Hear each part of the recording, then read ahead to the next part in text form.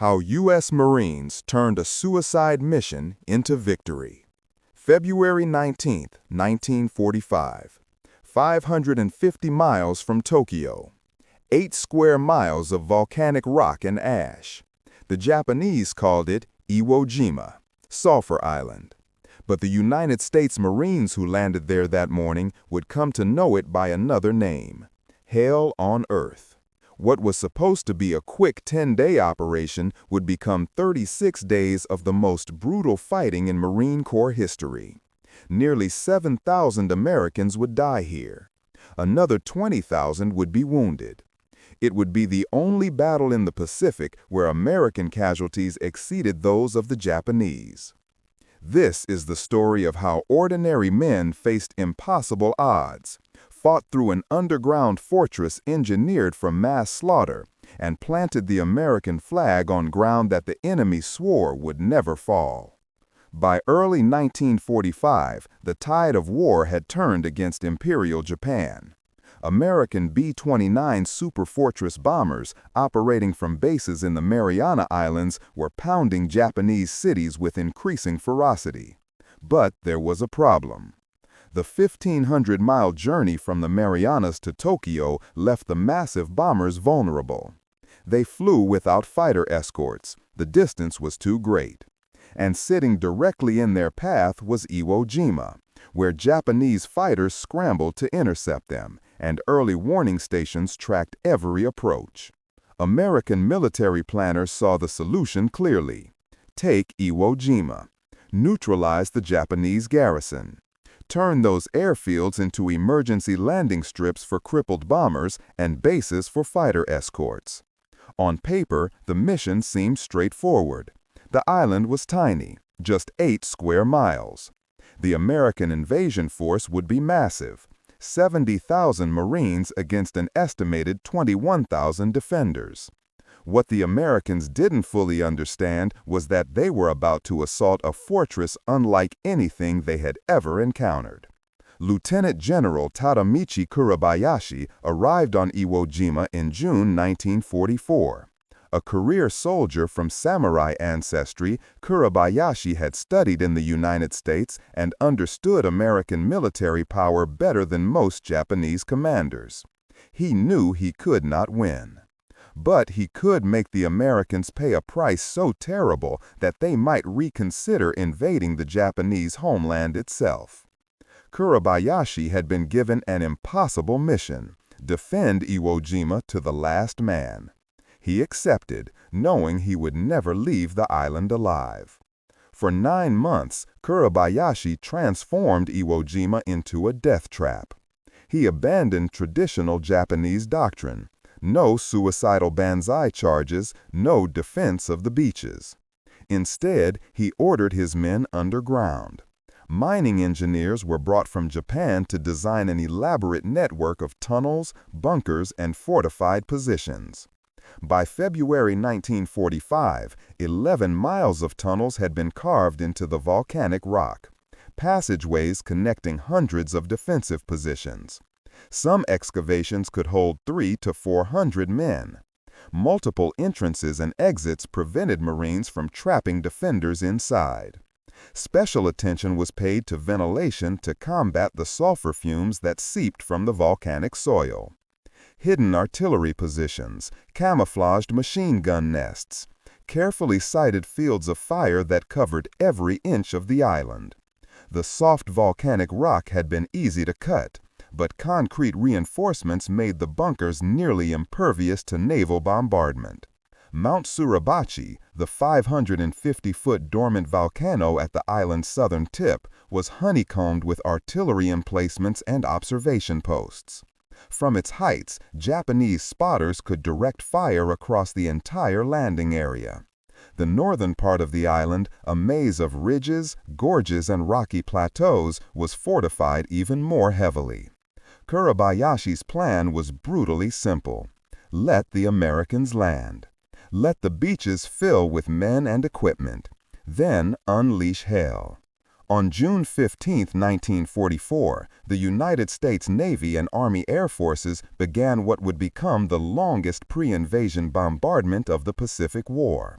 For 9 months, Iwo Jima was pounded from air and sea.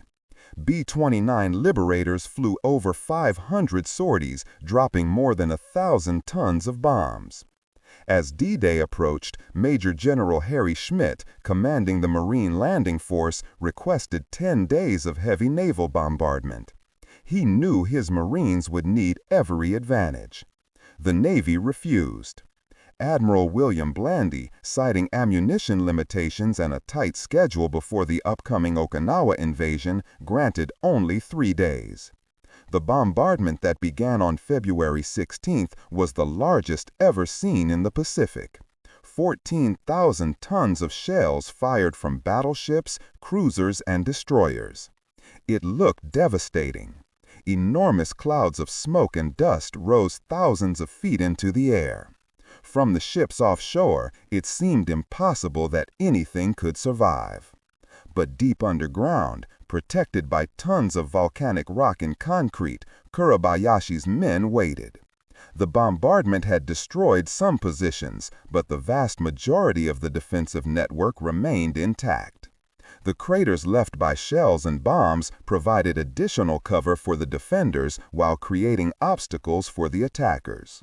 On the evening of February 18th, as the final day of bombardment concluded, Marines crowded aboard hundreds of landing craft made their final preparations.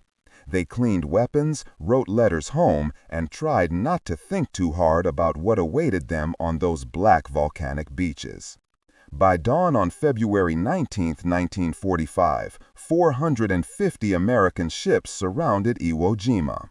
Aboard them were 70,000 Marines of the 3rd, 4th, and 5th Marine Divisions, the largest Marine force ever assembled for a single battle. They were about to test themselves against an enemy who had been waiting, preparing, and promising to exact a price in blood that America would never forget. At 6:45 a.m. on February 19, 1945, the order was given: land the landing force. At 9:02 a.m., the first wave of armored amphibious tractors ground onto the beaches. 3 minutes later, troop-carrying tractors followed, and Marines scrambled down the ramps onto the volcanic sand. Initial opposition was light, suspiciously light. The beaches were divided into 7 landing zones color-coded for identification. The 4th Marine Division landed on the right, the 5th on the left. Within minutes, thousands of Marines were ashore, struggling up 15-foot embankments of loose volcanic ash that shifted under their boots like powder. And then Kuribayashi sprang his trap. From hidden positions across the island, Japanese artillery and mortars began a carefully orchestrated barrage. The beaches were pre-sighted. Every gun knew exactly where to fire.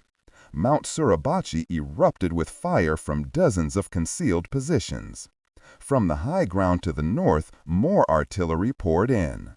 Landing craft bringing follow-on waves were hit by artillery before they could reach shore. Some disintegrated in explosions that killed everyone aboard. Disabled vehicles clogged the beaches. Casualties mounted with horrifying speed. Despite the carnage, the Marines pushed forward. It was advance or die. Staying on a beach meant certain death. Company by company, squad by squad, they fought their way inland through the volcanic ash that made every step an ordeal. The 28th Marines, part of the 5th Division, had perhaps the most daunting objective: cut across the narrow neck of the island and isolate Mount Suribachi. The 4th Division aimed to capture Airfield No. 1, located just inland from the landing beaches. Progress was measured in yards, not miles. Every shell crater, every slight rise in terrain became a battlefield. Japanese defenders would pop up from spider holes, camouflaged one-man fighting positions, fire their weapons, and disappear before Marines could return effective fire. The volcanic ash presented its own nightmare. It was too soft to provide cover, too unstable to support heavy vehicles. Tanks bogged down. Artillery pieces sank into it. Marines trying to run found themselves moving in agonizing slow motion, like running in a nightmare. By nightfall on D-Day, the Marines had established a tenuous beachhead. The 28th Marines had cut across to the western shore, isolating Suribachi. The 4th Division had reached the southern edge of Airfield No. 1. But the cost had been terrible, more than 2,400 casualties on the first day alone. As darkness fell, the Marines dug in as best they could, knowing that traditional Japanese tactics called for nighttime banzai charges. But Kuribayashi had forbidden such attacks. His men would fight from their fortified positions, making the Americans pay for every foot of ground. For the next 4 days, the 28th Marines clawed their way toward Mount Suribachi. The extinct volcano was a fortress. Artillery fire from sea and air seemed to have no effect. The defenders were too well protected, too deeply dug in. Marines developed brutal but effective tactics. Flamethrower teams would advance under covering fire, pour burning napalm into cave entrances and pillbox firing slits. Demolition teams would follow up with satchel charges and grenades. It was intimate, terrifying work. Flamethrower operators suffered casualty rates as high as 92%. Among the flamethrower operators was a young Marine named Woody Williams. On February 23rd, Williams single-handedly destroyed multiple Japanese pillboxes, allowing his company to advance. For 4 hours, he exposed himself to enemy fire, methodically eliminating position after position. He would later receive the Medal of Honor. On the morning of February 23rd, the 5th day of the battle, a 40-man patrol from Company E, 28th Marines, led by 1st Lieutenant Harold Schreer, began the final assault on Suribachi's summit. They climbed slowly, expecting fierce resistance. But it was quieter than expected. Most of the defenders had pulled back during the night to reinforce positions in the north. At 10:30 a.m., the patrol reached the summit. Marines quickly raised a small American flag, brought ashore for this purpose, attaching it to a length of captured Japanese pipe. From the beaches below, from ships offshore, thousands of men saw the flag catch the wind. Ships blew their horns. Marines and sailors cheered. For a moment, in the midst of hell, there was hope. But the battle was far from over. In fact, the worst fighting still lay ahead. And another flag raising, one that would become the most famous photograph of the war, was about to take place. Associated Press photographer Joe Rosenthal had missed the first flag raising. When he heard about it on the radio, he immediately began the climb up Suribachi, bringing his bulky speed graphic camera. On the way up, he encountered Marine photographer Lou Lowery, who was coming down after photographing the first flag. Battalion Commander Lieutenant Colonel Chandler Johnson had ordered a second, larger flag to be raised, one that could be seen across the entire island. This flag, measuring 96 by 56 inches, had been obtained from a nearby landing ship.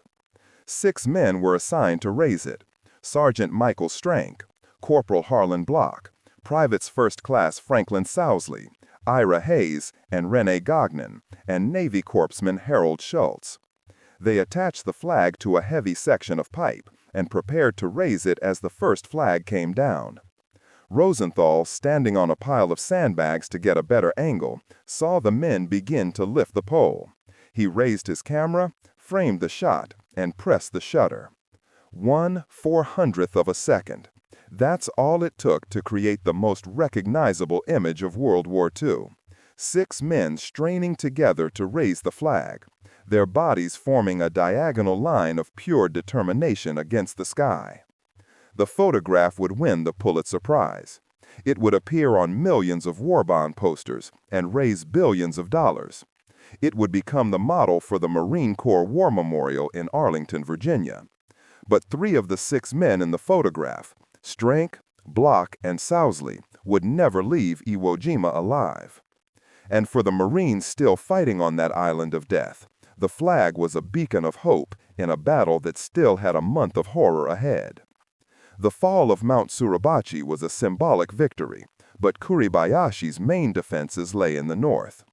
The Marines now faced the strongest part of the Japanese defensive network, a nightmare landscape of rocky ridges, deep gorges, and fortified high ground that they would come to know by names that spoke of the horror: the Meat Grinder, the Amphitheater, Turkey Knob, Hill 382.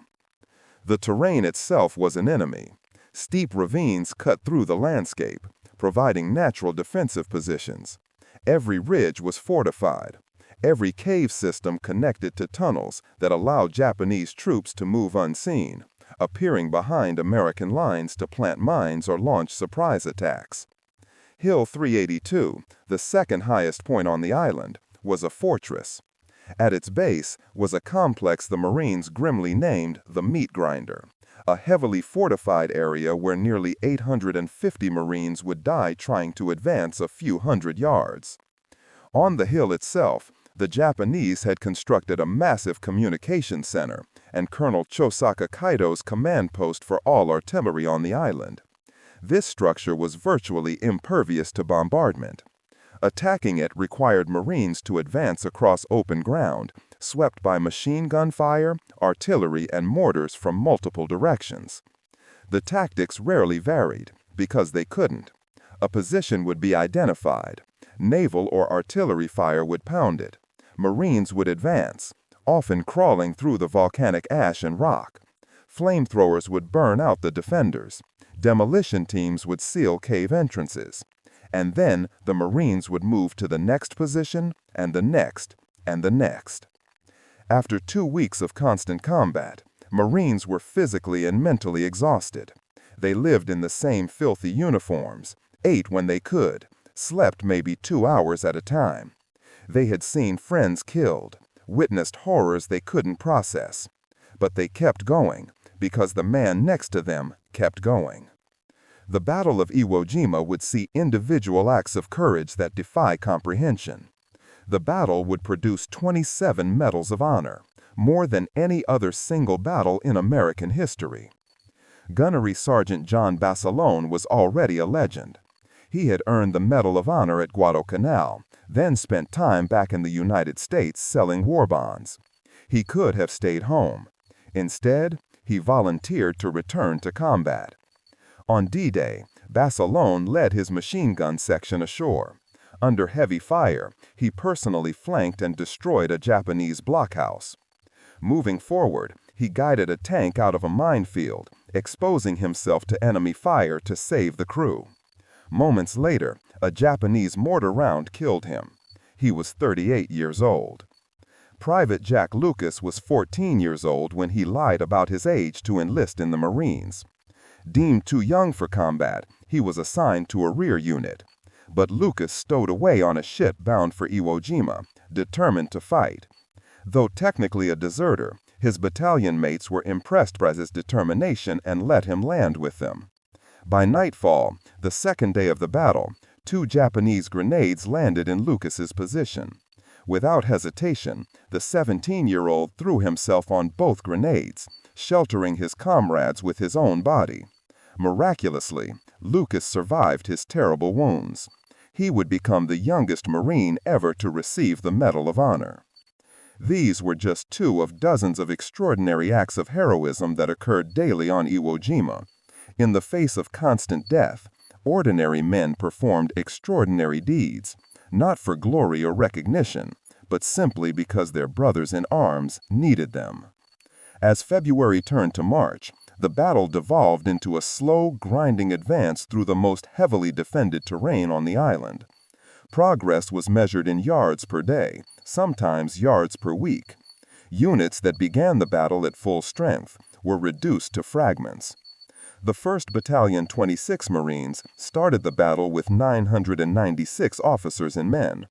By the time Iwo Jima was declared secure, they had suffered 1,025 casualties, a casualty rate of 103% when reinforcements were factored in. And still they fought. By early March, Marine units had secured Airfield No. 2 after days of savage fighting. On March 4th, a B-29 named Dynamite, running low on fuel after a raid on Japan, made an emergency landing on Airfield No. 1. It was the first of more than 2,400 B-29s that would make emergency landings on Iwo Jima before the war ended. This was the strategic justification for the battle, saving the crews of disabled bombers. Each of those aircraft carried 11 men. The mathematics were brutal but simple. If Iwo Jima saved the lives of those bomber crews, did that justify the cost in Marine lives? The question has been debated ever since. The Japanese defenders fought with determination that bordered on fanaticism. Wounded soldiers would strap grenades to themselves and crawl toward American positions. Cave systems that had been sealed would mysteriously produce fresh defenders. Even when a position was declared secured, Japanese soldiers would emerge at night to harass American lines. General Kuribayashi remained in his command center in the northern caves, directing the defense with skill and determination. He knew there would be no reinforcement, no rescue, no escape. His mission was simply to kill as many Americans as possible before dying himself. By mid-March, the Japanese defensive positions in the north were collapsing. Not surrendering, collapsing. The defenders fought literally to the last man, to the last bullet, to the last breath. On March 14, 1945, the island was officially declared occupied, though fighting continued. Isolated pockets of resistance held out in caves and tunnel systems. Marines used loudspeakers to call for surrender in Japanese. The response was usually gunfire. On March 21st, the Marines launched a final coordinated assault to eliminate the remaining resistance. Cave by cave, tunnel by tunnel, they cleared out the last defenders. It was exhausting, dangerous work. Men who had survived weeks of combat were killed in these final days by enemies who refused to accept that the battle was lost. On March 26th, 36 days after the first Marines stepped onto those volcanic beaches, Iwo Jima was declared secure. But even then, isolated Japanese soldiers remained hidden in the cave systems. The last two holdouts would not surrender until 1949, more than 3 years after the war ended.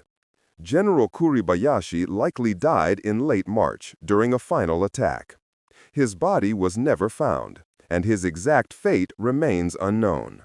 He had fulfilled his mission: to make the Americans pay a terrible price for Iwo Jima. In his final messages to Tokyo, he apologized for failing to hold the island. But he had not failed in his primary objective. The price had indeed been terrible. The butcher's bill was almost incomprehensible. Of the nearly 70,000 Americans who participated in the battle, 26,000 were casualties. Nearly 7,000 were killed in action or died of wounds, more than twice the number of Marines killed in all of World War I. Every single Marine division that fought on Iwo Jima suffered more than 50% casualties. Some rifle companies were wiped out and rebuilt multiple times during the battle.